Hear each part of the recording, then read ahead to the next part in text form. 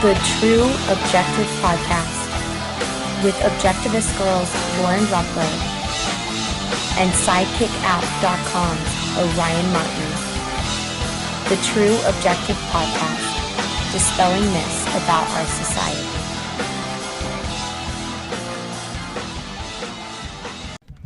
Hi guys, and welcome to the True Objective Podcast. Today we have some amazing ladies on the show, and I promised you a date with these ladies, so this is going to be a pretty good show. Today we're going to be talking about conservative values, and I've arranged the questions as questions you would be asked on a first, second, or third date, so let's get started. You really got prepared for this, Lauren. I really got prepared for this. That is the voice of Stephanie Murphy, by the way, and she is beautiful and gorgeous. Why don't you tell us all about yourself, Stephanie? Oh, thank you, Lauren.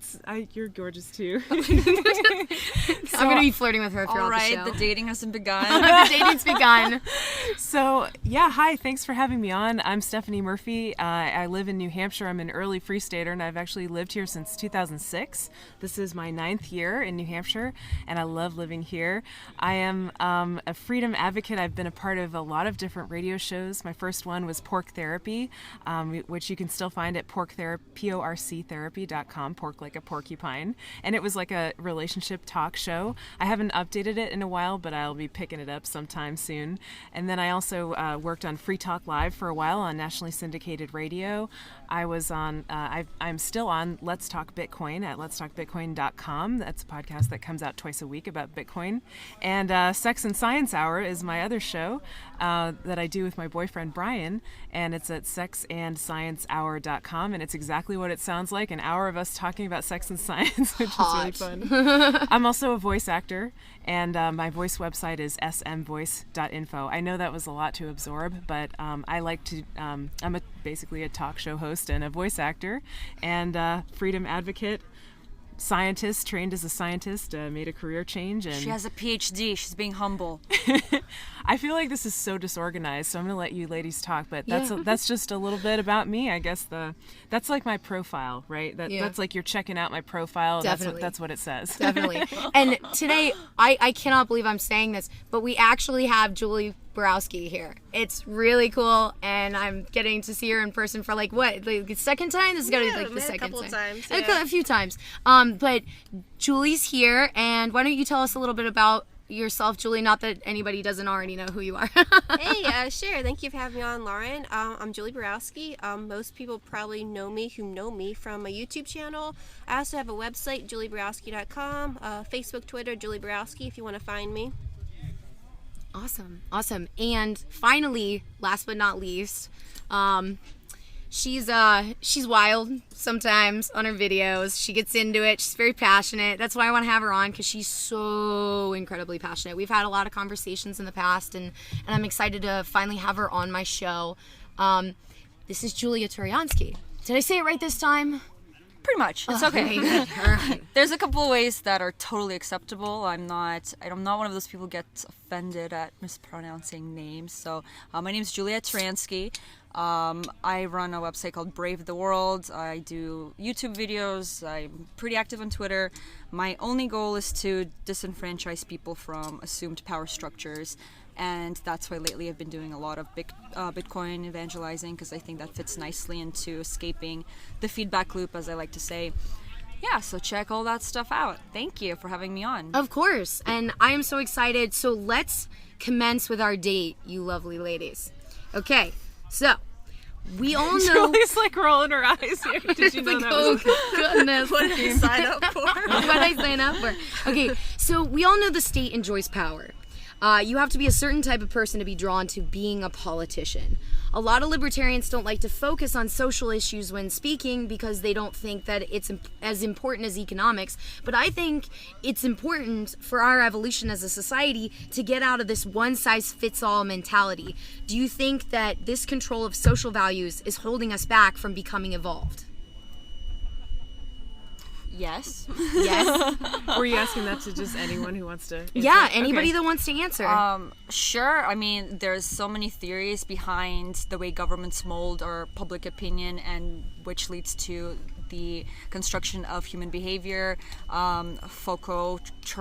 coined the term governmentality, which is the theory that governments literally shape who we are through generational brainwashing and through facilitating entities like, systematic imprisonment and mental health facilities and schools, educational facilities, which actually they stem from the early 1800s in France, where the way that they're structured, not only in execution but the physical structure of these institutions, are all very similar and modeled after one idea. So you have the school system, the prisons, the mental health, and even a lot of the military and the science establishments.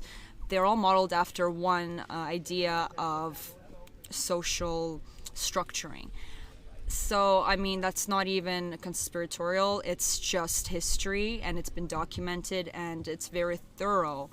And obviously, after generations and generations of people being processed through these structures and having these things imposed upon them, and then coupled with things like taking the role of mothers and fathers away from influencing the children's lives and putting them into preschool and school and daycare as early as possible, while everyone, it enjoys the equality of being a slave worker for 12-hour to 18-hour days.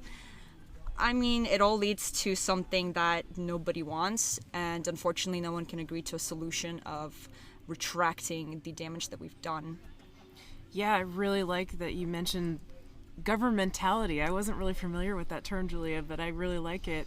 And I totally agree about those systems of control. At the end of the day, all those institutions, the military, schools, even the way that a lot of people do parenting is really top-down, authoritarian. And when all you learn your life is authoritarian systems of domination, it really affects your personality, your mindset, and who you are.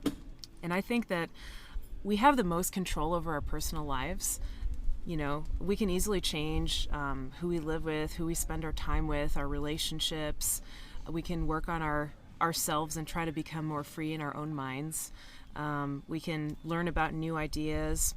We can change our jobs, learn about entrepreneurship.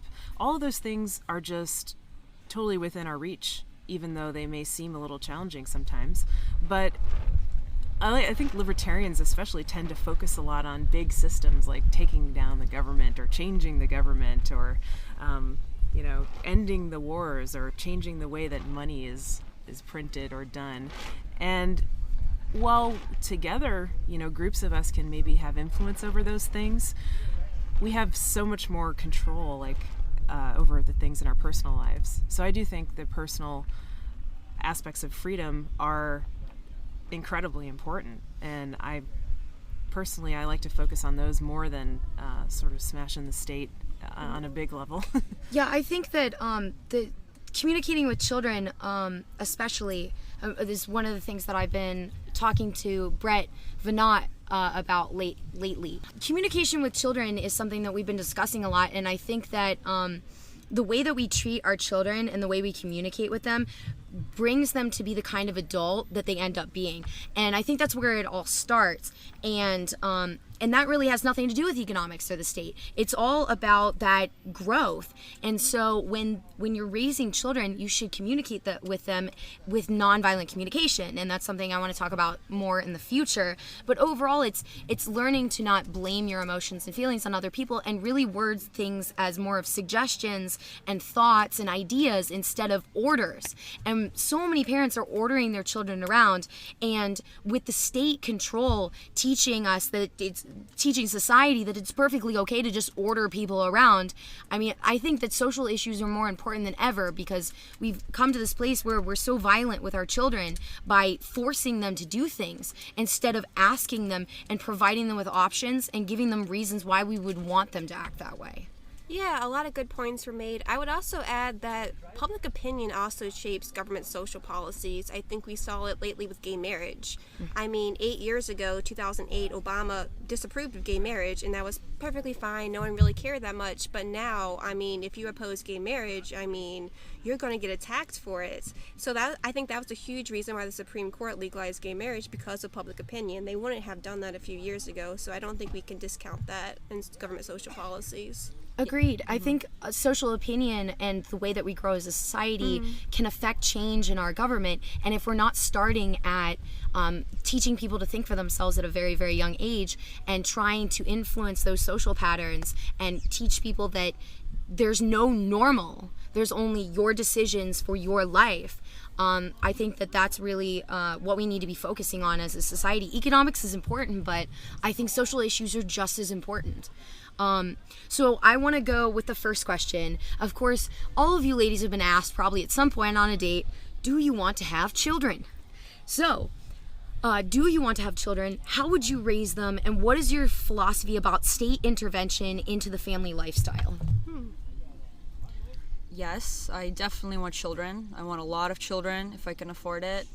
I'm kind of old-fashioned, even though I don't like that term, because I believe in kind of evolutionary and biological drives of the genders. I think there is some fluidity there, but I think generally speaking, females have a much more incredible capacity to be the nurturers, and males have a much more incredible capacity to be that structure and the providers. And that doesn't have to be stagnant for everyone's relationship, but there's definitely biological drives that reinforce those old-fashioned values that I hold.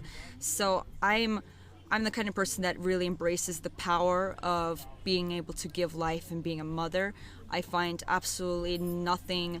That's one thing I really don't like about the modern feminist movement. I think being a mother isn't looked on with pride anymore. It's looked on as a burden and something that prevents you from achieving your real goals.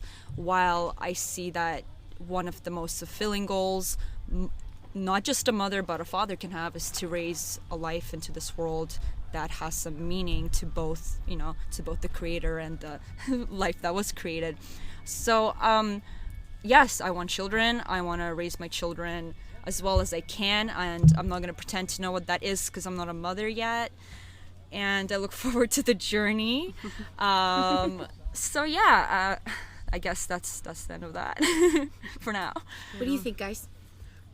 Julie, go ahead. Sure. I do want to have children some days. I agree with Julia. I'm kind of more old-fashioned in the sense that I believe that the mother should be the caregiver, and I would want to fill that role. As far as how I would raise my children, I do think that children should be taught to think for themselves, but at the same time, I think there should be rules in a household. I don't think children should be able to do whatever the heck they want to do, because sometimes children make bad mistakes, and I think you're the parents, you're the guardian, and you're supposed to be the leader in the household to basically set a good example for your children, and I believe that children should be punished if they make bad mistakes. Yeah, I think there's a lot of the free range and the nonviolent parenting, and a lot of those concepts are really brilliant, but I find even they take an extreme, like letting your children eat whatever they want because forcing them to eat healthy is force. But I think allowing your children to eat fast food every day is the abuse. That I think you're the adults, your children are more impulsive and they act on kind of their instincts. They're less inhibited. So, sugar, fat, all of that, we're wired to love those things. So if you let your child eat whatever they want, in the long term, I think that's the more abusive thing than maybe withholding that and waiting till they're a little bit more hungry and they can eat something that's more appropriate, that you deem more appropriate for their health. A lot of peaceful parents would say, no, let your children make their own decisions about everything. And I think that's just as extreme as the very strict type of, everything goes around in a circle and you get both extremes on both sides. And I think neither one is ever good.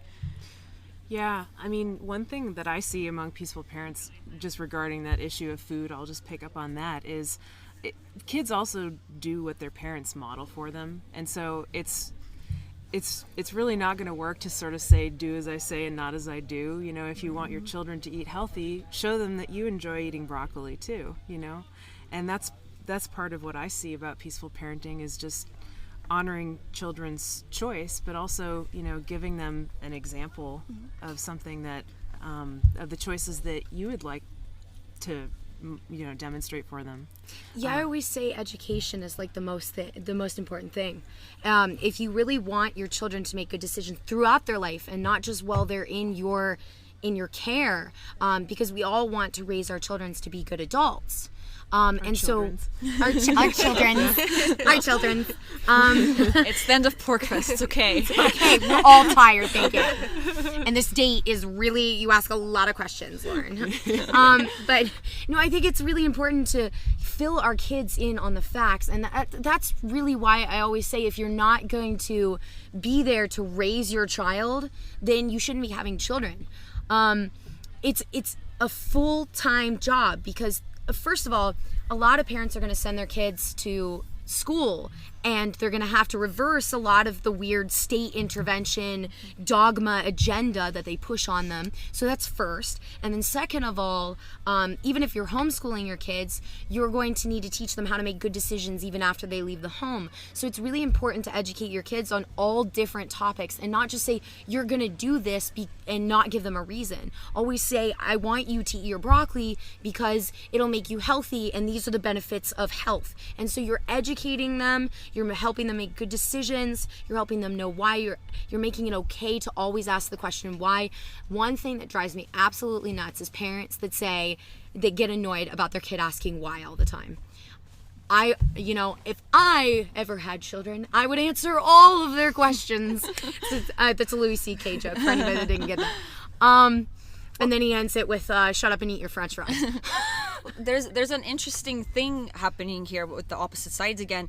You get the parents that have the full-time jobs and they don't want to stay at home, and they leave their kids with other people or the school, and that's a cop-out to me of being a parent. But then you get the peaceful parents that don't want to bother to discipline at all, don't want to bother to guide their children. They let their children do whatever they want because that's non-aggressive. That too is a cop-out. That's not being a parent. That's just giving birth to a child and letting them roam free. And I think that's good. That's good in a lot of circumstances, but you still need to guide your children, and they still need structure to some degree. Yeah, I don't personally equate peaceful parenting with just completely it's a loose definition for sure. Yeah. I really think of peaceful parenting as just treating children like little human beings who can't do everything for themselves yet, but they have the same universal human needs as you do as an adult. And so if they're asking lots of questions, instead of saying, oh, what a little shit, they're just doing that to annoy me, I can't believe they're so annoying, you say, and they do shut up and eat your French fries. Kids can be very manipulative. They're very smart. Oh yeah, they're really creative. That's where that comes from. Yeah, they have a curiosity. So you say, wow, yeah, you're asking a lot of questions. I see you're really curious about that. You really want to understand how the world works, and don't we all, right? So we can relate to those things about children. Maybe they're crying, they're tired and hungry. Yeah, you're really hungry right now. You're really tired. You really just aren't sure what to do. You're feeling overwhelmed. Just empathizing with those things that we all experience is, I think, what Lauren, you were talking about before with nonviolent communication and how it applies to parenting. Empathy is so important as a parent. I can't stress that enough. It's important as a human being with everybody. Yeah, it is, but especially as a parent. I mean, if you don't speak to your child with empathy and try to understand the way that your child is, they're not going to develop into a real individual. When you take away that empathy, they lose their individuality because they feel forced into being something that they're not. And we need more individuals. I want more diverse people in this world. So. And it all starts with being able to empathize with yourself, to recognize those feelings in yourself, and that they come from universal human needs, right? Like if you've just had a baby and you're exhausted, you can recognize and say, oh my God, I haven't slept in weeks. I'm really frazzled. I'm feeling really tired. I'm going to take some time to give myself some extra care. Or I'm feeling really annoyed right now because I don't want to answer all these questions that my child is asking. And, sort of check in with yourself about what's going on for you there. And then maybe you will feel maybe you will feel ready to answer some more questions after you've given yourself some empathy about it. That's how I see nonviolent communication applying to parenting, but also all relationships. I'd like to answer the question about, do I want to have children? Yes. Yeah, I didn't get to answer that. Yes. So I do not want to have children, and it's neither do I. You're good. I'm giving Good. This side of the table. You should see the setup right now, because Julie and Julia are sitting next to each other, and they both want children. And Stephanie and I are over here of opposing opinions. We're like, yeah, no, I'm okay, I'm good. It's children for me. It's that Eastern European urge to feed as many mouths as we can. I feel like I don't have the time to both travel the world and do all the things I desire and raise a child. It wouldn't be fair to the child. I think it's just not fair.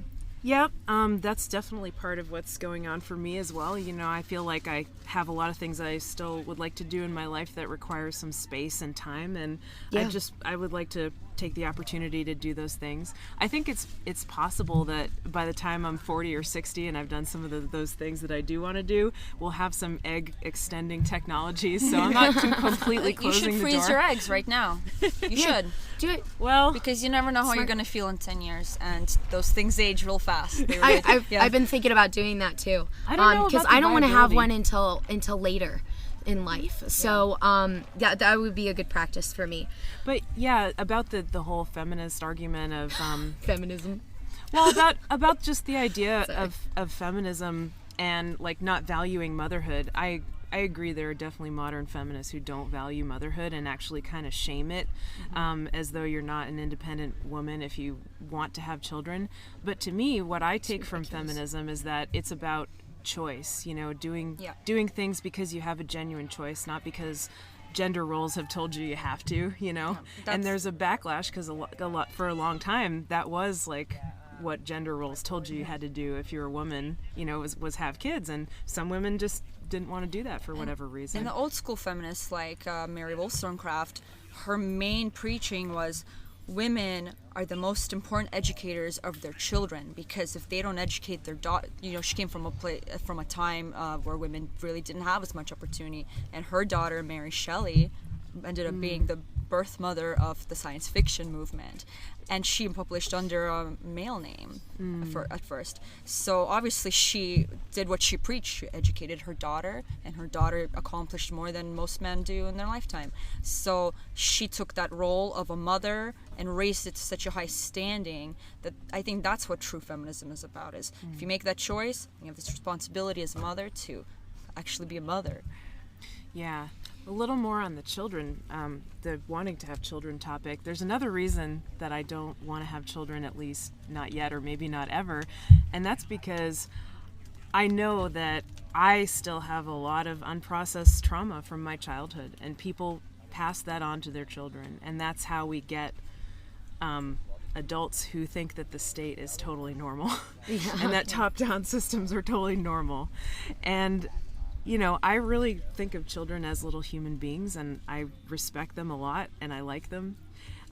Me too. But I don't feel prepared to. You can babysit mine. I don't. I'll have a couple extra for you. I would love to, Julia. I do like to be around them and I'm interact holding them. you to that. You can babysit. How many kids do you want, Julie? 2. I don't want that many. If I had children, I'd only want one. I want a little boy if I'm gonna do it. Because I really want to focus all my energy on that one person. You gotta watch his ego then. Oh, right. Well, he is, you know, the child to objectivist girl, so he's obviously going to have a big ego. You get it? Yeah, that was funny. Yes. Okay. I'm funny. I did a roast last night, and I'll tell you what, guys. I think still my jokes recovering. bombed, but yeah, no, I'm still recovering. I was torn apart during that roast. You're an easy target. I was such an easy target, which actually It was the brings rump us. roast. That it was. I should have been in the chair. I don't even know why I wasn't in the chair. They were meaner to me than they were to Mark. Yeah. But actually, that gets me to my next question. It's that time, ladies. Let's talk about sex, baby. So, sex is an exciting topic, and I can feel our male audience getting excited about it. So let's jump right in. Gross. So the conservatives are always pushing the abstinence issue. So what are your views on this? and is this conducive to a free society with individual minds and hearts? Just basically the idea of, should you limit yourself to sexual experiences with only one person or a few people, or should people feel free to be able to express themselves in any way they choose, even if it is just one or two people, or if they are drawn to more people? And should society accept that everybody has a different preference for their sexuality? Will that make us more evolved? I think it will. But we all know where I stand on that. I think we should start with the most conservative one. Okay, so Julie. about this, I mean, people obviously can do whatever they want to do, but I don't know. I think this is a hard topic for me, because I think when you have sex with a bunch of people, I think you kind of lose respect for yourself, and you lose respect for the people that you're having sex with, because I think sex is an incredibly intimate and special thing that should be shared with somebody who actually cares about you, who actually knows your name, who actually cares about your dreams and who you are as a person, and wants to advance your life somehow. I don't think, obviously you can do whatever you want to do. Let me just say that. But I think if you just kind of throw it around to whoever, I think you almost become depressed. I've seen it with my girlfriends who've had sex with somebody, just one night stands over and over, and they just don't, I think they're just depressed and they feel bad about themselves, and I think they really do want somebody who's going to be there at the end of the day and actually cares about them beyond just having sex with them. I particularly want to respond. So I agree with you about sleeping around. Mm-hmm. Totally agree. I think that people that just have sex with just anybody, they tend to have really low self-esteem. Yeah. And they're using it to try and fulfill themselves, which is never gonna work. Mm-hmm. You're not gonna feel wait a minute. Let's anything be a any little better. Compassionate about this. I mean, we all have needs to be accepted, Agreed. to be loved. Everybody wants to feel desired. But you should go about it in a more positive manner. Now, but I do think that there is something to be said for being able to express your feelings to more than one person and being able to connect with more than one person. I'm a big advocate of polyamory. I believe that you can love more than one person, and we do love our friends. And I think that sex should not be so intricately attached in our society to morality. Honestly, I think that you can connect with people in other ways, and I don't think that sex is what makes a relationship or breaks a relationship. I think that sex is something that you enjoy, much like, going to the museum or going on a roller coaster. It's just things that you can do with another person. Of course, you don't want to go spend a day at an amusement park with somebody that's boring and that you don't get along with. You should probably know their name before you leave, and their car, because you're probably going to get kidnapped. But are you comparing like riding on a dick to like on a roller coaster? Oh my God, she just said that. I love her. She's crazier than I am. No, I wouldn't say they're, I'm not comparing them. I'm saying it's just another activity, and I think we stigmatize sex in a really negative, ugly way in our society. And how are I don't think that's true anymore. I think it's the complete opposite now. I think it's changing. I do. I see it changing. I think it changed very rapidly in the West in the past 10 years. I think now people who are virgins until married or limit themselves, I think that's the exception now. And I'm not saying that's negative or positive. I see people being overtly sexual. I don't even bring media into it. There's definitely this back and forth of shaping culture and feeding the social norms back out into culture, and it's all very reciprocal. But I would definitely say our culture is incredibly sexualized. And there's no, how do you put this? Baudrillard talks about this a lot, and he explores sex as, he talks about seduction. And in today's day and age, we see everything. There's no mystery. Everything's out on the table. And the art of seduction and the art of mystique and the art of sexuality is dead, because it's just right out there on the table. And there's this really great little story he says. He paints this picture. You have a orgy going on, and it's a pornographic orgy.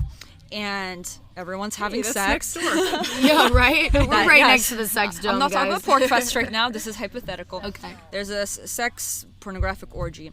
After they're done, the guy leans over to the girl and says, "Would you like to go out with me later?"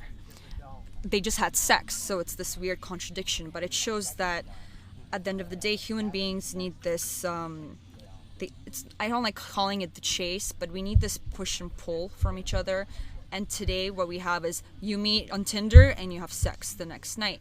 And I think that not only demeans the person sometimes, but it demeans the whole experience of sexuality, which should be this fun, maybe game of discovery and getting to know each other on a lot of levels. So that's I'm sorry, it's like very airy-fairy philosophical, but It reminds me, there's a piece of, oh, sorry, were you finished? well, yeah, that's just like a different perspective of whether it's not right or wrong, but I think the fun of sexuality, if we were going to be embracing it, is being destroyed by it being so overt and so in your face that there's no discovery anymore. It's like a handshake. Exactly. days. It happens so often with so many people that it's not special in any way, even in a sexual way anymore.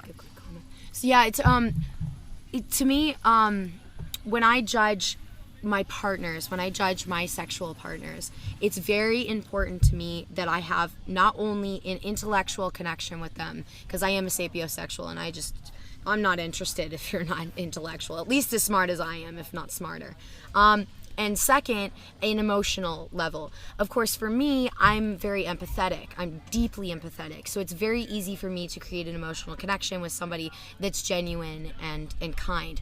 I find it's easier for me to find more people that I'm interested in because I'm obviously at a lot of libertarian stuff all the time, and these men are extremely smart, and you find some really actually compassionate, empathetic people in the liberty movement, despite what recent articles would say.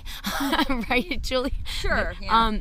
So anyway, so I think it's really important when you're considering a partner is to look at their value and to see whether you have values in common. And if I don't have at least like a few values in common with this person, I'm just not interested. But if we share these really deep, passionate values, like say they're really into music and I'm really into music, then I'll probably feel compelled to have sex with them because they're attractive to me because we share this really important value in common.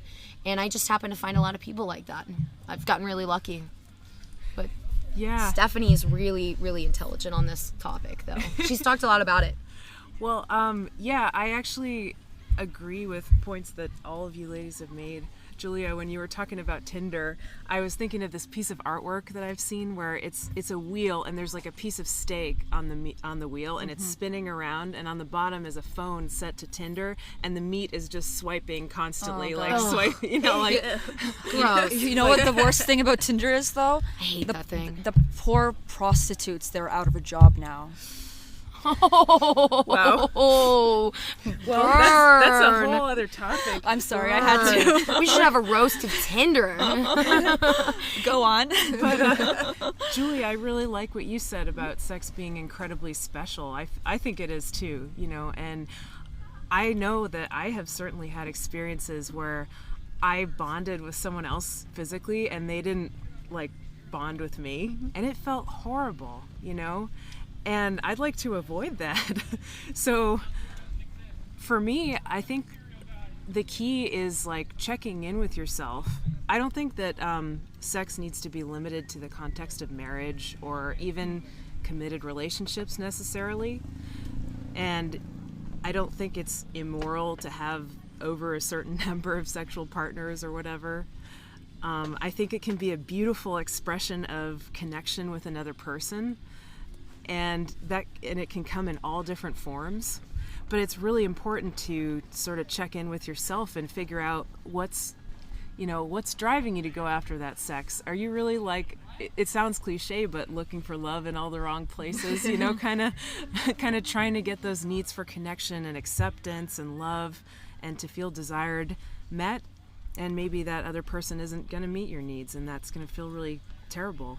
So you got to protect yourself, and as long as you feel as long as you feel good about it and it's a genuine sharing and exchange, a celebration of shared values, like Ayn Rand said. Yeah. You know, I like to think of sex that way. It's a sharing of values and celebrating that fact.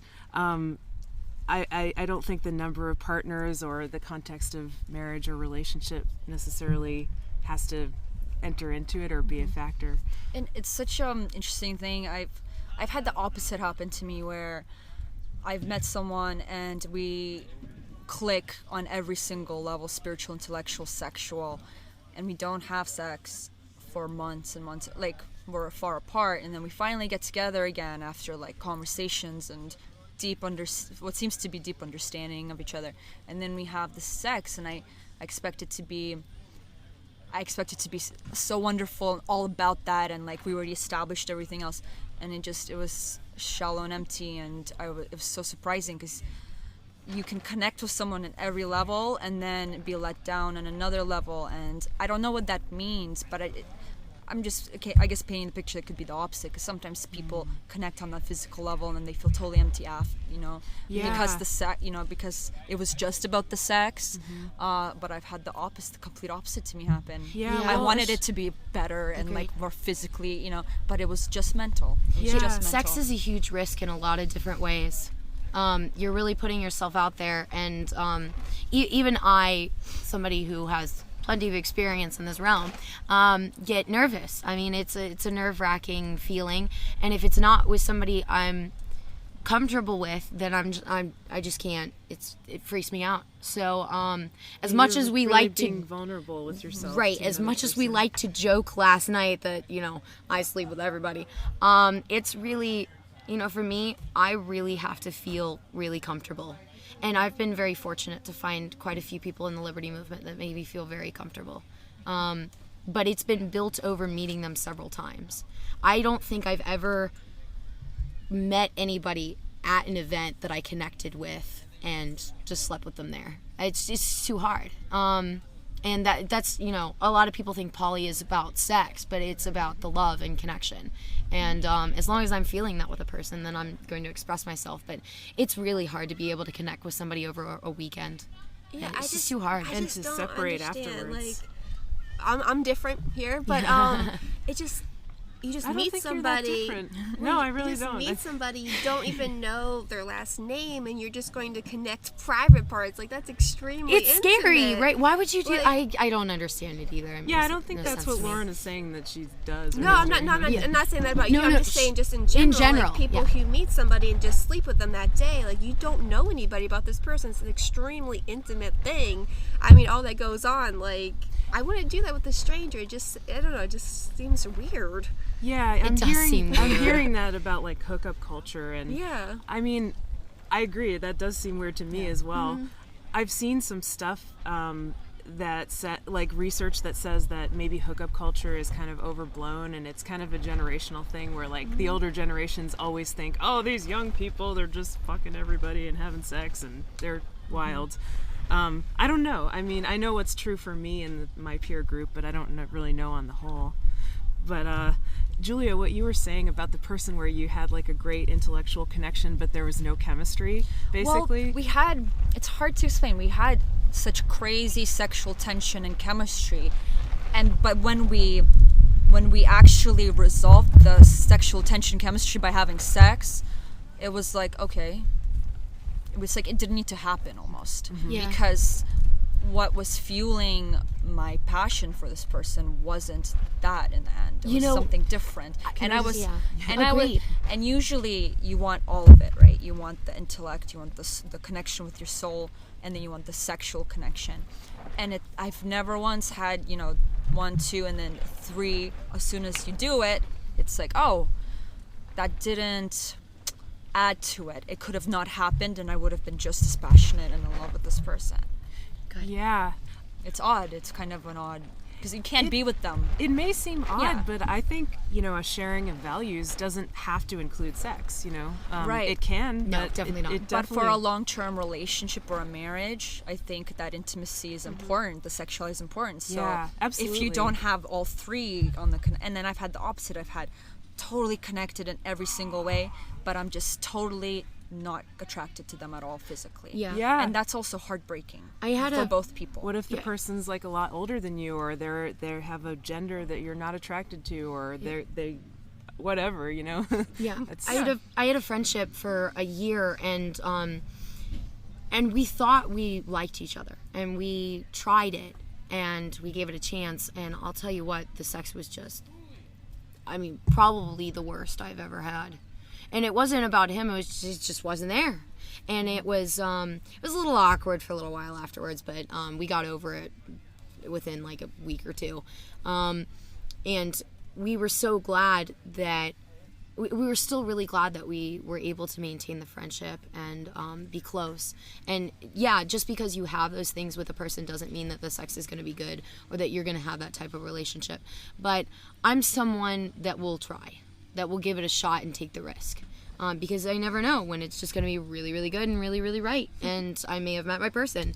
And that's the other reason that I am like, don't do abstinence, because if you end up married to somebody and you've never had sex with them and the sex is like, then and I've been in that situation. I have been there. I was with somebody that I thought, we are so close, we are so connected, and then we had sex and it was awful. And I was like, That's a risk. Yeah. It's an unfortunate and I don't risk. think anybody should take that level of risk with their lives, because you're signing a contract with the state. Yeah. That's scary. I actually agree with you here, because I've seen a lot of young people rush into marriage after being together, 6 months, a year, because they want to wait till marriage to have sex because of their religion or what have you.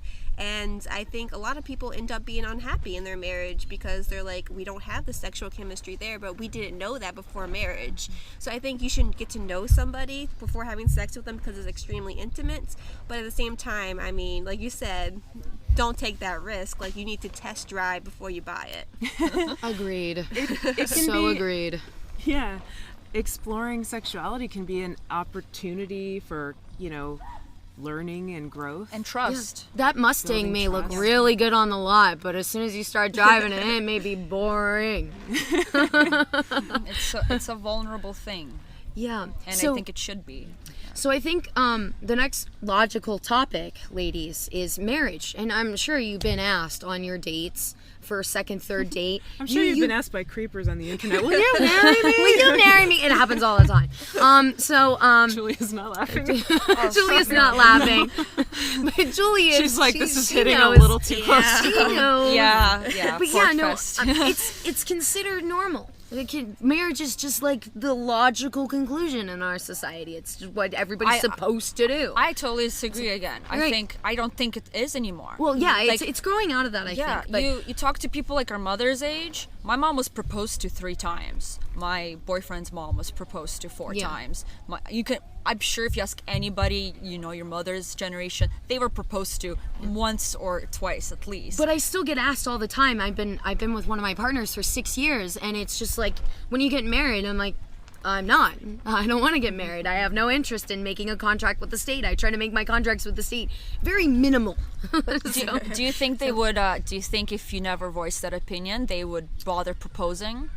Because I know a lot of couples that are just together for like 10 years and like they never propose, they never take the next step, or they do like 15 years down the line, and I'm just like, I don't understand. Yeah. Because I have a lot of friends that they feel exactly like you do. Why get married, right? What's the point? Yeah, what's the point? This is how I Not having different- children, so. Well, this is how I differentiate it. When you have a boyfriend, let's say you're in a monogamous relationship, you have a boyfriend, you live together, you can break up and move out. That's it. It's kind of easy.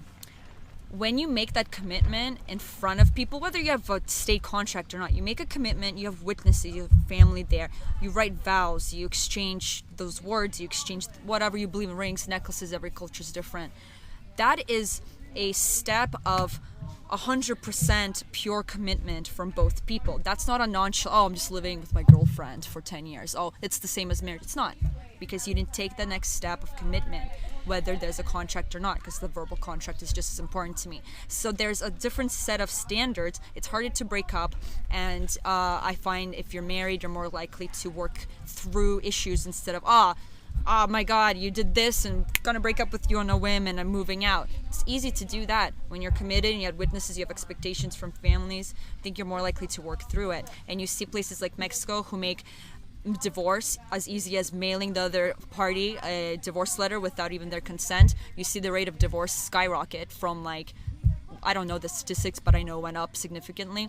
So I would like people to be encouraged to stay together and work through issues. And then if it does get to a point where it's just not worth it, then you make that significant decision. Today, people just break up on a whim. They don't bother working at it. And I get this from my parents. They say like, no, everyone's lazy and selfish. Nobody actually wants to work at their marriage and go through the challenges of being with someone for a long time because people don't care. They have other options. That's what society is today. You know, I think people are going to get away from their marriages if they want to, either by cheating or by getting a divorce. And I've watched people that were good friends and were amicable about getting a divorce hate each other by the end of that divorce and have a hard time raising kids together still, because they were going to raise kids together. They were still going to be a part of their kids' life together and raise them almost as a normal family. And now they have to have laws that separate them and demand certain times for a child. And so I think that it's the law thing. It's I good agree for with some you, but and good for good for some and bad for others. And I think that the divorce rate speaks for itself. And I guess my question to you would be, and we all know those irresponsible teenagers that just went ahead and got married, and a few months later, they're like, oh shit, what did we do? And so what to you is a reasonable, objective amount of time that you should be with a person before you get married to them? None. There is no reasonable amount of time because. So how do you know? Right. So, well, think about it like this. The divorce rate mostly is like an echo of the lowering of standards within our culture, within relationships. Mm-hmm. Again, everybody, it's a standard of living as well. If everyone has a very good standard of living, you have so many options. You can leave. You're not tied. You got the welfare state. You're not tied to anybody. You can do whatever you want. So, like, to answer your question directly, my parents met 6 times. They got married. My mom left her hometown and moved with my dad. And they're married as long as another family, who planned everything to a T. They, they've lived together first. They, everything was planned, and they took this long time to get to know each other. My parents are married just as long as them. So, and I think I could name a million examples for people that echo my parents' situation. You could name a million examples of people, living together and being engaged for 5 years first. I know a lot of people who live together for 10 years, they get married, they get divorced the next year.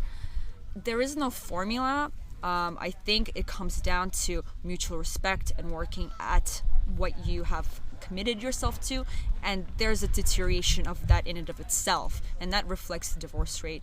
And making divorce incredibly easy, it feeds each other. So why do we make it incredibly easy? Because so many people are getting divorced anyways. Why are people getting divorced anyways? Because it's easy and because we've lowered the standard for commitment. Well, just to play it's a loop. To play devil's advocate a little bit here, what about in the case of abusive relationships? Like, I was thinking in Mexico, there could be a lot of domestic violence, for instance. And wouldn't it be safer for a wife to just be like, or a husband, somebody who's being abused by their spouse, to be able to break up in that way and say, look, I've left you, and here's a letter? I mean, that hurts. Obviously, it's not an ideal situation, and you got to think about, like, well, why did they get into that abusive relationship in the first place? Otherwise, that pattern is probably going to repeat. But I think in some ways, maybe it's good to have an exit clause in that marriage contract. Any contract should have an exit clause. And there are good reasons for a committed relationship to separate or end, and I think it's important to allow some space for those. What do you think? Right. I think the better exit clause is, as a society, having communal support networks and having the standard of morality of people supporting women and men in those situations instead of being shamed or isolated. So the marriage thing, I mean, that's again a legal document. Like the woman could just leave and run away, whether she's married or not. But if she has nowhere to go, that's the real problem. It's not that document. Yeah. So I think it all boils down to those social incentives and disincentives. So if you live in a very poor country where you have nowhere to go, that makes it more difficult whether you're married or not, right? If you live in a country like America with every option that you have, it's the opposite problem. You might leave and go because of a very small petty thing when you should maybe just stick it out and work it out with someone. But also, like, what if you get married at a... Sorry. I was going to ask what Julie thought, but... Yeah, go ahead. Go ahead. I don't think there's a set time and how much time you should wait until you get married. I think it depends on the couple. I think there's a big difference between boyfriend and girlfriend and husband and wife, though. I think if you're a boyfriend, girlfriend, it's very difficult to plan things. It's like, are we going to be together a year or two from now? Like, trying to plan vacations and all this stuff is kind of up in the air. But when you get married, it's a commitment. It's like the families joining together and saying, we're going to do this, like, ride or die, let's do this. And I also believe, like, stupid fights, you just get over that very easily. When you're a boyfriend girlfriend, you're like you're questioning everything, like, oh my god, he did this, are we really supposed to be together, like, oh my god. But like when you're a husband and wife, you're like, okay, we'll get over this is stupid, this is a commitment for life. I mean, there's exceptions. I think if you're being domestically abused, I think that's completely different, but I think it's completely different between being boyfriend and girlfriend and husband and wife. I think that's a really good way of putting it. I think I actually disagree. I think that maybe I agree that is the mentality of people, but I don't think that it's an acceptable mentality. It's like saying that marriage is the official time to grow up, and I think you should grow up long before that. My partners and I take our relationship, especially the one that I've been in for 6 years, take our relationship as seriously as any marriage. In fact, I would say our relationship is more committed than pretty much any marriage that I've ever been in. He would be there for me in the drop of a hat if I needed him. It would be no issue. I tend to agree. I have a little trouble seeing what really changes when you have that ceremony. I've seen friends get married and go from being boyfriend, girlfriend to husband and wife, and it does change. And it's almost sort of, I have a little trouble relating to or understanding. Yeah, I can't understand why it changes. But I think it's a maturity thing. It's in their mind, and having other people witness your relationship and see it and think and start to say, okay, well, I'm going to think of them as family and think of this as permanent. Maybe that really contributes to it a lot. Maybe like an analogy is instead of being an intern, even though you're being paid, you actually get hired and you have a contract, and even though if you're getting paid the same, it creates a different standard in your own mind and soul of how you're going to act and how you're going to stick around or not. Is it possible to make that kind of commitment without having a ceremony? It is possible, but I think, ladies, you are an exception to most rules. Just to be, you have your personal stories and they're definitely applicable, but when we're talking the general population, I think that very strict line between full commitment and I'm just like living with some boyfriend, girlfriend, that can be a gray area for a lot of people mentally and emotionally. And I find I'm pretty emotionally mature, and even for me, if I was married versus I have a boyfriend, that is a huge difference to me.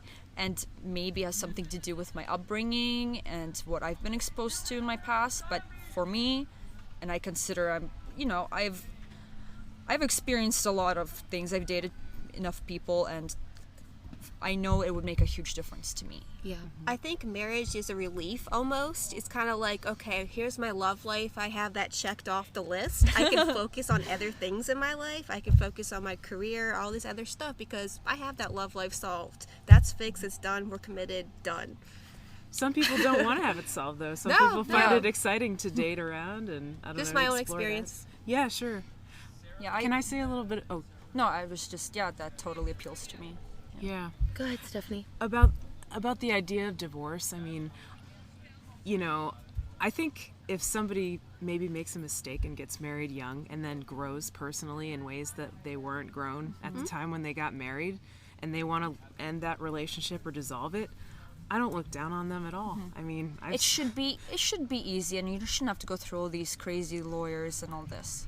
Yeah. Yeah, the state definitely complicates it. Yeah. You know, but like, look, we've all made mistakes They make in jobs. relationships. They create some jobs. But we've all made mistakes in relationships, whether that was a marriage or not. You know, we've all, maybe some people have gotten tattoos that they regret, right? And marriage is like a tattoo that sometimes for some people. And sometimes the option of marriage makes you decide whether you're right for each other or not. I was with a boyfriend for a very long time. He was my first love since I was 15. And I thought I'd be with him forever. We were living together. He moved from a different country for me. And then I find an engagement ring and I feel nothing. I feel totally nothing instead of being like, oh my God. And that was my first red flag to, I'm not supposed to be with this person. And that made me reevaluate everything that was happening with us at the time and not make that decision to lock it down. So that if maybe I didn't find that ring or he didn't intend to propose to me, we may have still been in this terrible relationship that was becoming worse and worse month by month. Okay. So, any final thoughts on Cupid. marriage? Okay, Cupid. Any final thoughts on marriage? All Okay. our heads are like down. We're like, oh, This should my be- life. No. I'm gonna ask one more question, and it should be pretty easy to answer. I'm figuring there will be one of two answers that happen because we want to talk about social values. I think it's really important to go ahead and answer this question. Do we want to legalize drugs? Yes or no? Why or why not? Yes, Yes. because I I don't think want everyone to. disagrees. I don't want to put human beings in cages, and I'm not interested in drugs myself. I don't even drink alcohol, but I certainly don't want to incarcerate other humans in little metal boxes, and I don't want to pay for it either. And I don't want to feed the fuel of the state because the prison industrial complex is such a big deal in terms of the power of the system. I'd like to quote someone, and I think this reflects what should be in the free economy. Money, pussy, weed. I love this girl. Have I told you guys yet how much I love this girl? I mean, that hits the nail on the head. Free as Conversation in- over. Free as in liberty or free as in beer? Free. As in, no restrictions, no Okay. laws, no regulations. I actually I don't want to legalize it. I want to decriminalize it. I don't want the state to get any revenue. Fuck the state. So, but I don't think there's any major argument to be made for legalizing. I'd be okay with legalizing it. I prefer to decentralize it. But just so that we can title this sex, drugs, rock and roll. Does everybody here like rock and roll? Yeah. Black metal. I'm serious, totally serious. Yeah. Burzum. I like country music and gangster rap. Gangster rap. Yeah, You know what? That really, makes it's really true. that makes a lot of sense. Actually, I can picture you liking that. If you follow me on Vine, you will discover my most deprived interests. Okay. Money, pussy, weed. All right. Didn't you say that you think you're basically like a black man trapped in a Yes. white girl's body or something? Yeah, I told Rachel. Yeah, I told my boyfriend like after especially the Bruce Jenner thing, I'm like, honey, I hope you're okay with this because this makes you a little bit gay, but I am actually a 17-year-old black male. That is what I recognize myself, and I'm like, I'm not trying to make fun of. Please, no one take offense to this, but I sometimes really, I wake up in the morning like I feel like I was born in the wrong body. I need to be a 17-year-old black male. You know they have stuff for that, right? I can see it. Yeah. So, anyway, I promised you guys that we would talk about OkCupid questions, and so The men we're get gonna, up and leave immediately. so we are going to go ahead and do that.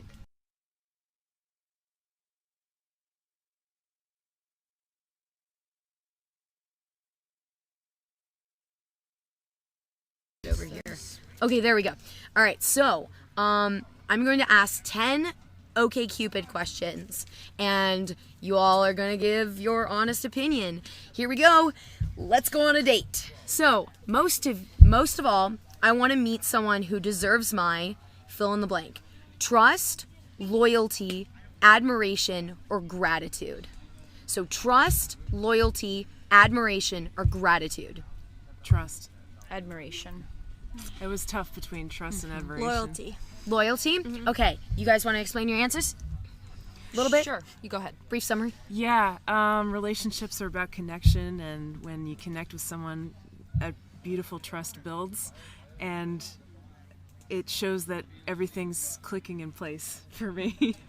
Yeah, I always needed males that are much smarter than me in a few areas so that I have something to be in awe of and that complete my imperfections and my shortcomings. So I can't do it without that.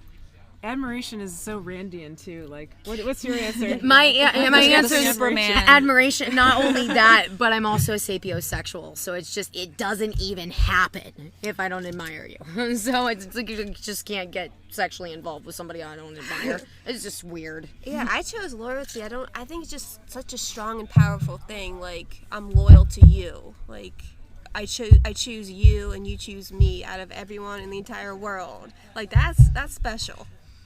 Yeah. Yeah, it is. Yeah. Okay, so that actually really sets up for the next question. So, Julie and Stephanie, really important, and you and I can answer this too, but if you were in a serious relationship and you learned that your partner cheated on you one drunken night, could you forgive him or her? Is it yes or no? Yes, it's yes or no. It's yes if she was sincerely sorry. No, never. It depends on the situation. I don't believe in monogamy. So I'd go with I don't believe in monogamy. But that's not an answer to that question. They're still cheating, and I hate this question now. Yeah. I wish I hadn't read the options. 'Cause I'm I can pissed answer now. this pretty fast. Okay.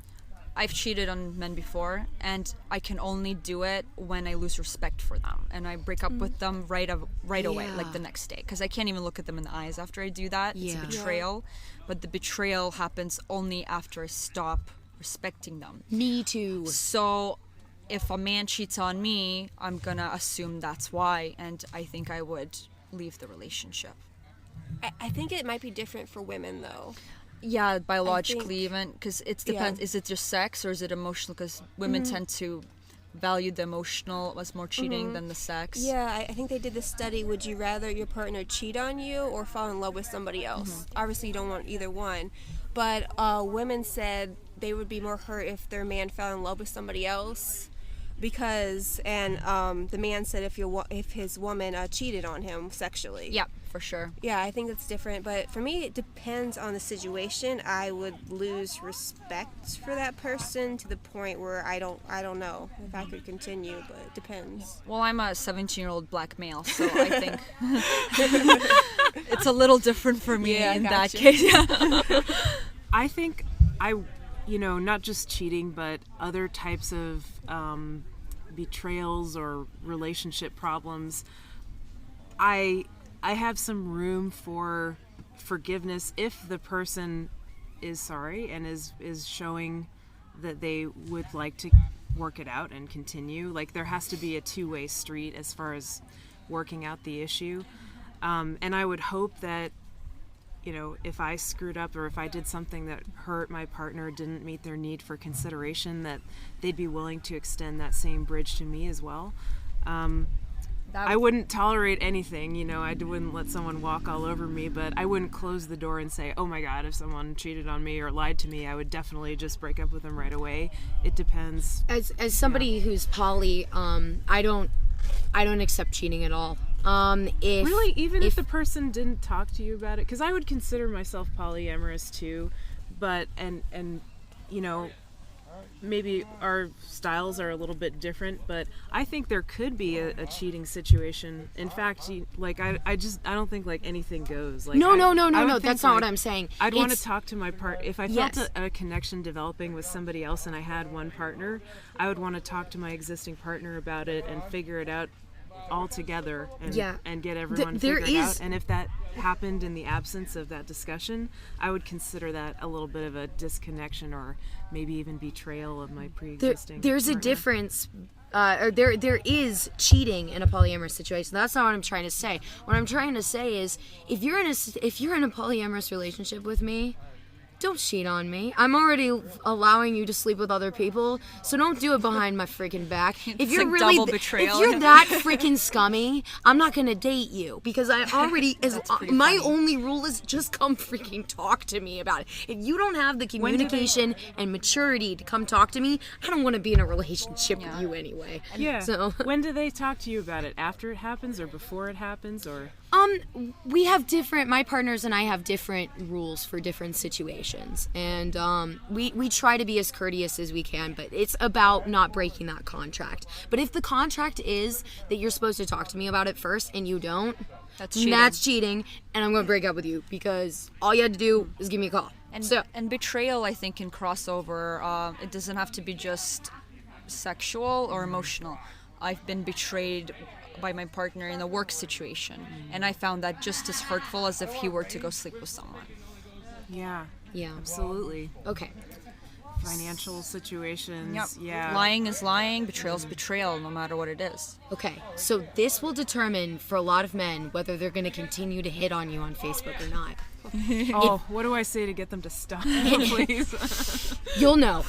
If you inadvertently found a phone number in a partner's pocket, which would you do? Call the number to see who it is?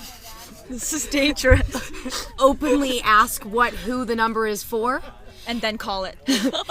Nothing, I would trust my partner. Nothing, my partner's privacy should be respected. I'd Google that number. Right ahead. I find out who it was. I look on Facebook. You'd hire a private detective, whatever you need to do to our find partner's out. laundry.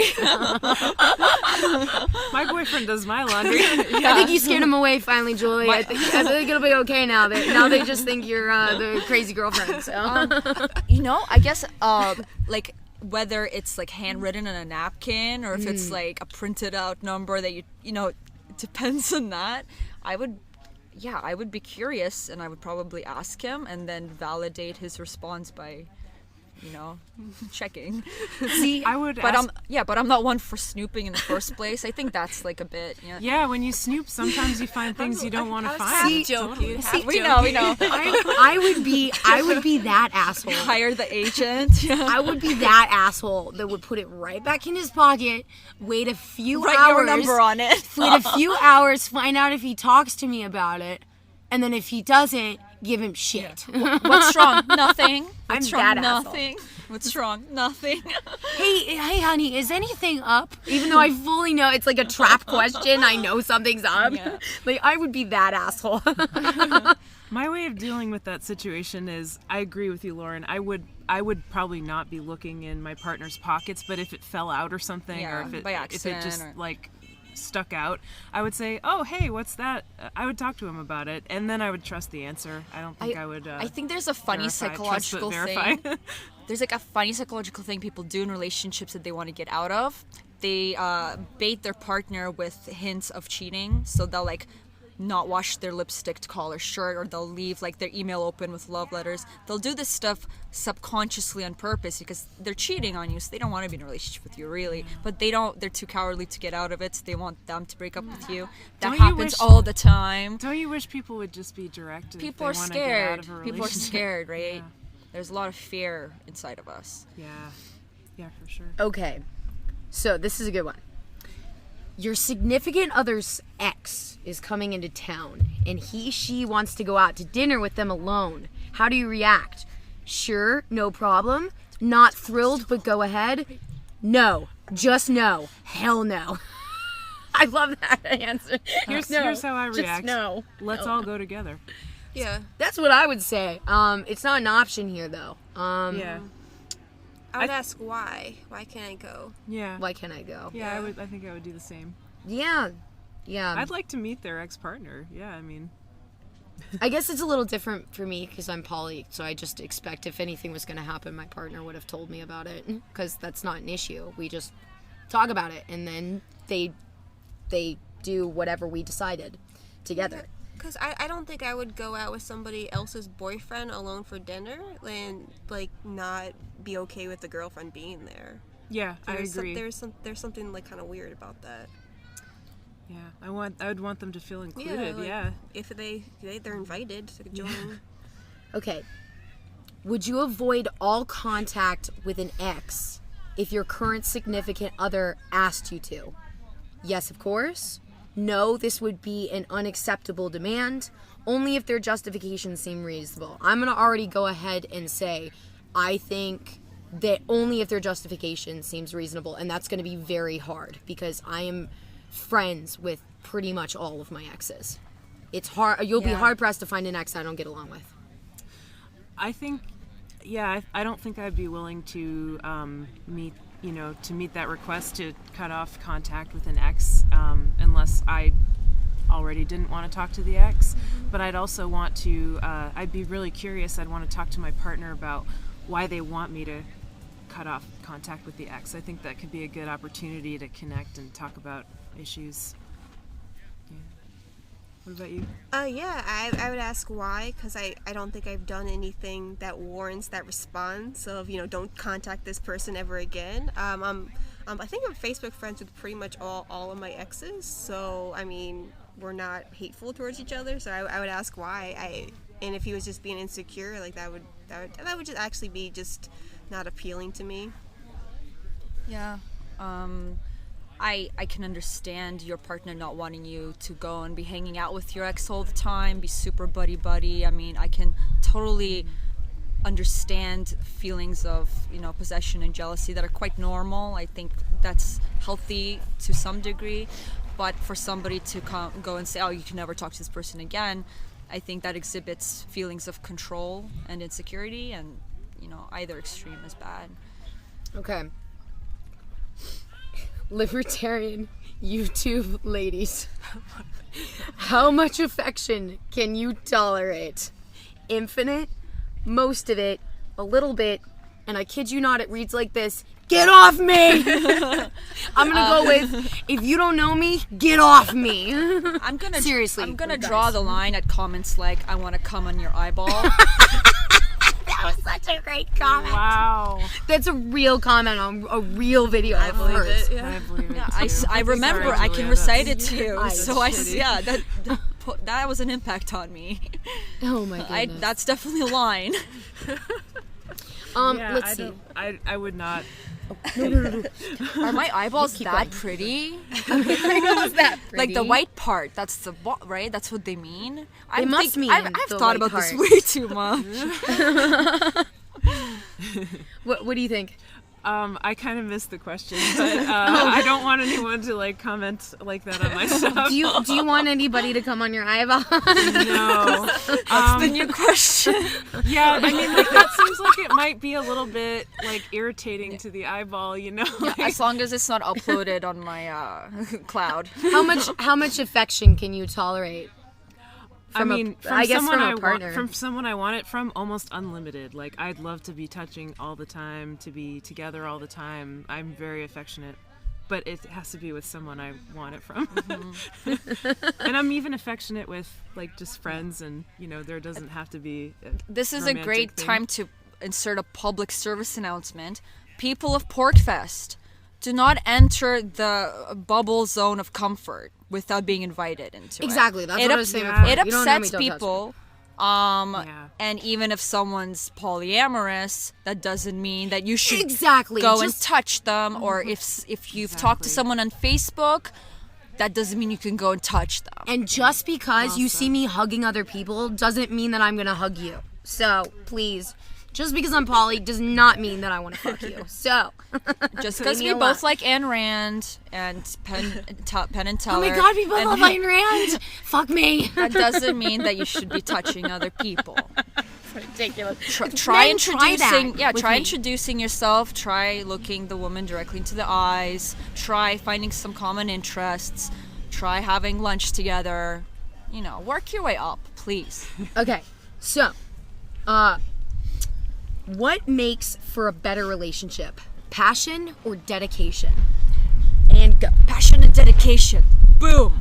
It sounds like they're mutually exclusive, but I don't think they are. It's supposed to be hard. Yeah. It's supposed to be a hard question, I ladies. had a hard time answering that question on OK. Passion kind of, the idea of passion kind of dwindles, right? That's kind of, but dedication is something you throw the wood into the fire. Like you can kind of keep that going. Passion, I think, there's an idea that you can keep it going, but I think the kind of passion that you can keep going evolves and devolves, right? So the kind of passion you feel when you fall in love at 15, you will never have that when you fall in love at 40. It's very different. Yeah, passion can inspire dedication, right? Like I only want to be dedicated to something if I'm excited about it in the first place. I can't be dedicated to something that I'm just totally bored and uninspired by. So yeah, I think Yeah, passion lead fades together. over time. Dedication is long term. Both good. Yeah, I would probably just skip this question in all honesty. irrelevant, right? Can't you rate them, but based on like how important the question is? I would say dedication, mainly because I'm poly, and if you don't have dedication in a poly relationship, it's really, really, really difficult. You can spark passion by doing things together, but you can't spark dedication. And it's like It just is or is not. when you're together and you're 70, would you rather get flowers or a really nice cooked meal? Right? Ah, she's asking the questions now. Right? Well, it's like that's my kind of A really nice passion, cooked meal. passion versus dedication. I'd rather get a really nice cooked meal. That's Yup. dedication. That's Plus, it means he knows what you like to eat. So, which of these options most closely describes what you're looking for in your next relationship or in your current relationship? Why did you choose them? Someone to come home to, someone to go out with, someone for tonight. Come home too. Come home to. come home to. Yeah. I mean, Yeah, I would say very the same. simplified, I yeah. become more of an introvert. I used to like people that I like to go out with and do things with, but lately I've really become kind of a homebody. So like I really enjoy being able to have somebody that can sit around with me and snuggle with me and gives good snuggles, honestly. That's main priority for me Who right now. doesn't want that? Good snuggles. Okay. So yeah, okay. Next and last question. How long before your current relationship did your romantic relationships usually last? 0 to 6 months, 6 to 12 months, 12 plus months, or I've never been in a relationship before this one? Sure. I was in relationships since I was 15 until my early 20s, nonstop. 2 relationships. So with one person, then we broke up, then with another person for years, then we broke up, and then I ended up with the original person, the guy that moved here for me. So I never had a single life in my youth, and then I was single for a year last year, and now I'm back to not being single. So there you go. Now you know me. I was lucky to have one that lasted more than 3 months before I became polyamorous. Mainly because I was doing serial monogamy, and it was always hard when I broke up with my current partner because I started having feelings for somebody, and so I would assume that because I didn't know about poly, that meant I needed to break up with the person I was with because I felt really strong vibes with this new person, and I didn't really know how to judge it at the time because I hadn't read Ayn Rand and learned about like objective values and a value hierarchy. Yeah, she really taught me friggin' everything about making good decisions for my life. But seriously, once I became poly, it became a lot easier for me to maintain relationships because that new connection wouldn't draw me away. And I wasn't looking for something long term. I wanted it, but I also really wanted the best thing, and so I was always grass is greener on the other side girl before poly, so I just couldn't focus. I had emotional ADD. But what about you guys? Well, I'm curious. What's your longest lasting poly relationship or open relationship? Well, I've been with my boyfriend for 6 years. We were swingers for a year, and then we've been poly for 2.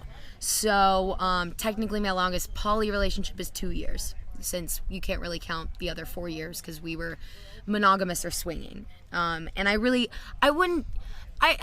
count the swinging, just because we had a lot of feelings for her and really, really, really loved her, and we took really good care of her. She was very passionate about this girl. So Cool. Yeah, there was a lot of love. Right on. Yeah, my life is exciting, by the way. I don't know if you noticed during the roast, but my life is a little exciting. So, what about you, That's Julie? fun. My other relationships, probably 6 to 12 months. Yeah. I've been with my current partner Brian for 3 years, and before that I had another boyfriend I was with for 5 years, and some other shorter relationships in there too, like between 6 months and a year, or in some cases a few dates. I don't know if you could call that a relationship, but so they've been all over the place, but the longest one I've maintained is about 5 years. All right. Well, those are the 10 OkCupid questions that I chose. I thought they were fun, and I don't think they violated anybody's nap here. So, Can we end on a really good question, I think? Yeah. What do you look for in a long-term partner? That's a great question. And keep it as simple as possible. intelligence, emotional connection, and somebody that knows things that I don't know. I like somebody who is my lifelong teacher. Yeah. Connection, communication, trust, bonding, love, openness, sharing. Lauren's writing this down. I already have it on recording, so it's gonna work out. Yeah, I mean, all those things are really important. Also, yeah, admiration, respect, inspiration. I want a partner who inspires me to become better and to do new things, go on adventures together, togetherness, sharing a home, sexiness. Yeah, I think I hit all the big ones, yeah. I think I could be that. Okay, so let's see. Me? Yes, you. Okay. Stability, sense of humor, someone that can put up with my crap, someone Like that. That's an important someone one. that doesn't annoy me. Because when you're in a long-term relationship, if you're living together, you see that person every single day of your life. Basically every single day of your life. And you wake up next to that person every single day. If they annoy you, it's not going to work. Like, I know that's not very romantic, but it is the truth in long-term relationships. It's the truth. I need someone I respect, and that means he has to stand up to me, because I can be a God, vile yes. bitch. And if my man is under my heel, there's a podkabluchnik, that's what we call him in Russian. I can't be with a man like Wow. that. I need a man that stands up to me.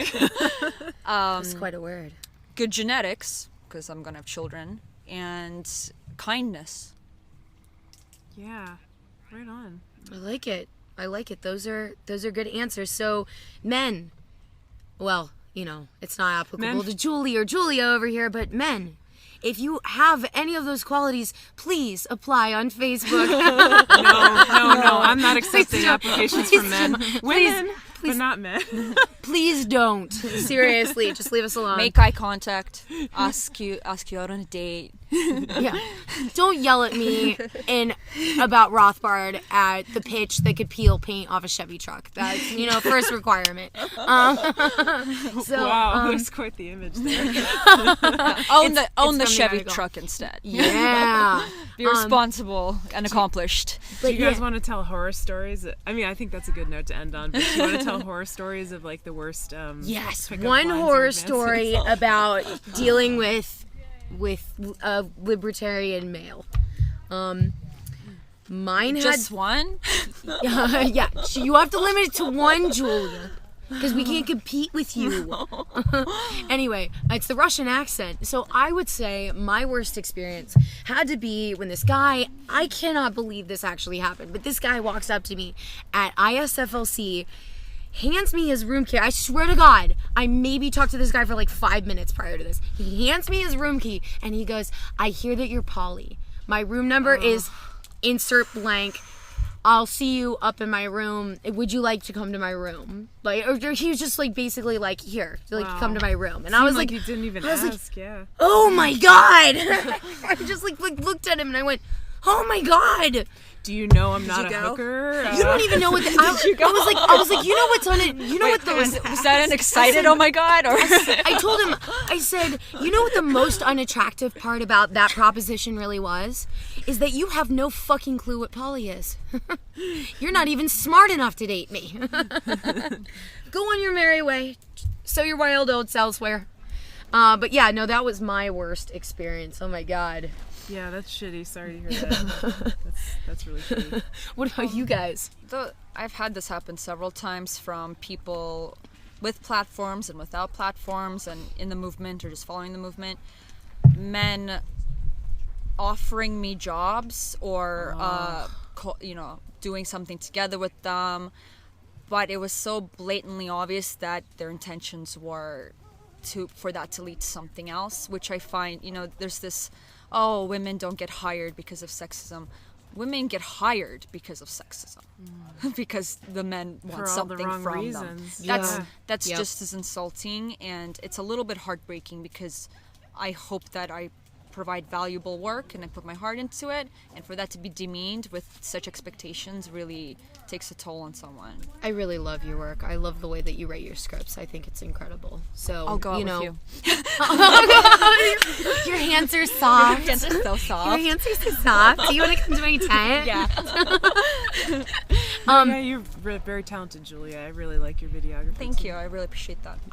If we've had these kind of horror stories, I can't even imagine what Julie over here has been through doing this so long. I'm trying to think. Most of the stuff that I get is mostly online, just typical creepy There's comments. a lot of trauma in your face right now. I mean, I get a lot of dick pics. Somebody wanted a picture of your feet. Serious? I remember when you posted about somebody wanted a picture of your people feet. with like feet fetishes, like send me a picture of your feet, like just. I mean, but I think it's typical of any woman who should puts monetize themselves online. Yeah, you pay me. I'll send you a Just picture of my feet. feet. Yeah. Yeah. I mean, it's mostly just like creepy comments. I've had people follow me around at conferences, but nothing like totally like out of line. Yeah, it's just been mostly just creepy stuff. Like you were saying, some guys will ask me if I, want to have lunch with them or get coffee with them to talk about a project or something like that. I'm always like, are they asking me out or do they actually want to work with me? Yeah. I always kind of have that line where I'm like, I don't want to be sucks when you have to think about presumptuous, that. like, oh yeah, he must want me or whatever. But it's like It does what? suck I because don't- they're putting her I don't in a know what position. line. Yeah, They're 'cause- trying to yeah. have plausible deniability. And then what? You go so on that that. You they go don't on go the out, take a date risk. that you didn't know it was a date, and then you're teased. And Yeah, like, it's not fair. Men don't deal with this. This is one thing that the sexes will never be equal on.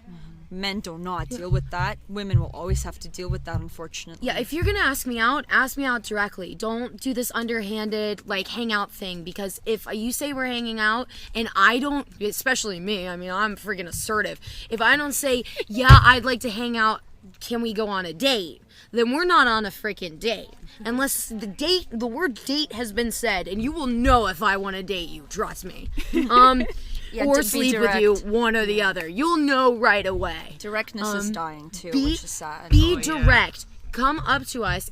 Have some balls. I mean, how are we going to be interested in men that can't even ask us on a date? Some advice. I have a old guy friend from like high school. He's younger than me. When he was in his first year of college, he was like, 19, 20. He had a few months of just going up to girls that he talked for a little bit and literally saying, would you like to go on a date with me tomorrow night at 7? Even if the woman didn't really like him that much or know him that much, she would always say yes because she was so flabbergasted that this young guy had the balls to ask her out, because women don't get asked out anymore. So there's a word of advice. You like a girl, talk to her for a little bit. If you like her, you think you really like her, ask her out on a date. I normally won't say no to a guy that actually directly asks me out on a date, you want to give because people it's a so chance. rare, and and give people a chance. it's so sexy. Yeah. He's just so assertive. He knows what he wants. Don't be scared I of like that. Don't be scared of being rejected, because that's your own internal fears, and most girls will give you a chance if you've got the spine to ask them. Women love that. Okay. Creepy experience. Oh boy, I've got a few. I'm sure you do. I've heard men have moved to the Free State Project just to be with you. Are you kidding? No. Oh wow, because I'm I not haven't kidding. heard that. It's what I've been told. They're creeping outside your window, gathering the courage. Thanks for telling me I that, ca- Lauren. Because I'm I not had no surprised. idea. I'm not surprised at all because she is really beautiful. But Thanks, Lauren. we all know And it. you know what? I want to say I appreciate your directness. Like that is really cool. I do. I really do. And your You soft are. hands. You're objectively beautiful. Anyway, Oh my I'm gosh, gonna objectify you. Beautiful.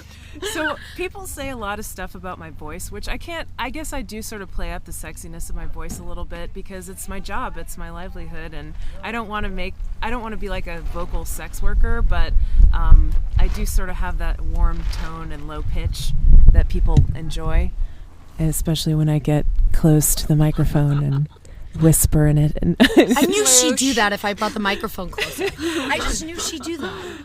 like I And remember now I have it on recording for the rest of my life. when I don't want to feed this troll, whoever it was, but one time when I was doing Pork Therapy, my podcast, and it was like sort of a relationship advice show, so it's like you got that aspect there. People maybe feel a little more comfortable talking about issues of sexuality. And maybe I didn't like assert my boundaries as clearly as I could have, but this, I'm not saying this is my fault at all, but this guy in the chat room, when I would come on the air, he'd type like, "Oh, it's gonna be a 3-tissue night." Yeah, ew. And like, I didn't read the chat room because I didn't want to see comments like that. But people would like message it to me, and they'd say, "Hey, did you know this person said that?" I'm like, "Oh, thanks. Thanks. didn't I wanna know actually was that." avoiding the chat room for that reason, but thank you. One time while I was at a libertarian conference, somebody found out what my room number was by asking the front desk, and drunk dialed me at 1 o'clock in the morning and asked if I wanted to go out for a drink with him. It was almost sweet. A little bit stocky, but almost It might sweet. have been the same guy because when you called into the show, and I was in the chat room for the one time that I was ever in the chat room. You called into the show. And I was like, "Hi, Stephanie," because I like got excited because you called in. And so this guy was like, she was the guy. the guy was like, "Oh my God, get out the tissues! It's objectivist girl and Sextony Murphy." Yeah, it probably was the same guy. There's not too many Sextony people. Murphy. Not too many people in the I'm gonna LRN live chat that room. down now. The guy that called the hotel room, just to clarify, was someone I actually liked. I just thought that was like a little outrageous, like even for that person. Anyway. Yeah, that's a little outrageous. So, I hope you guys have had a great time. I've had an awesome time. I have, please, yeah. It's been fun. Thanks please, for having us on your show, Lauren. Of course, Always. anytime. For Seriously, organizing you're this. all welcome back, and I really always hope that my guests do come back. I have had an amazing time talking to amazing ladies. You have incredible vocal opinions. You're very upfront, honest, and open about your opinions. That is key to changing hearts and minds, because if you don't say it, nobody's going to be able to even consider it as an opinion. So, with that in mind, please do check out all of these ladies' talks, channels, podcasts, everything that they do, because they're doing amazing things to change this world. And I am honored to have had you on. And thank you so much for this past hour and a half. It's been amazing. So, Thanks, Lauren. Super Yeah, fun. this is really Thank you. fun. of course. Well, with that, remember, guys, knowledge is not for all men, but for those who seek it. So, truly, keep seeking.